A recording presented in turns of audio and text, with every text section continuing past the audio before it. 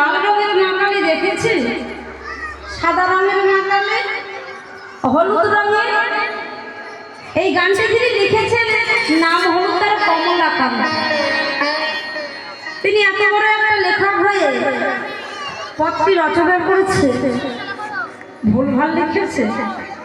মায়ের রং সাদা দেখেনি, লাল দেখেনি, হলুদ দেখেনি, কিন্তু এই কথাই গানের মধ্যে বলছে কখনো শ্বেত, কখনো পীত, কখনো নীল ও লোহিত।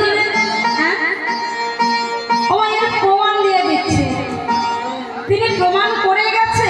ধরুন এই হরিনাম, এখানে হরিবাসর নির্মাণ হয়েছে, স্বপ্ন ঘরে ওই গাইতে এসেছে, আপনারা শুনতে আসবেন। হবে বলছি না, হতেও পারে রাস্তা দিয়ে আসছেন, হঠাৎ করে মাথা চক্কর লেগে মাটিতে পড়ে গেলেন। যখন পড়ে গেলেন সবাই মিলে ধর ধর করে নিয়ে ডাক্তারবাবুর কাছে নিয়ে গেল।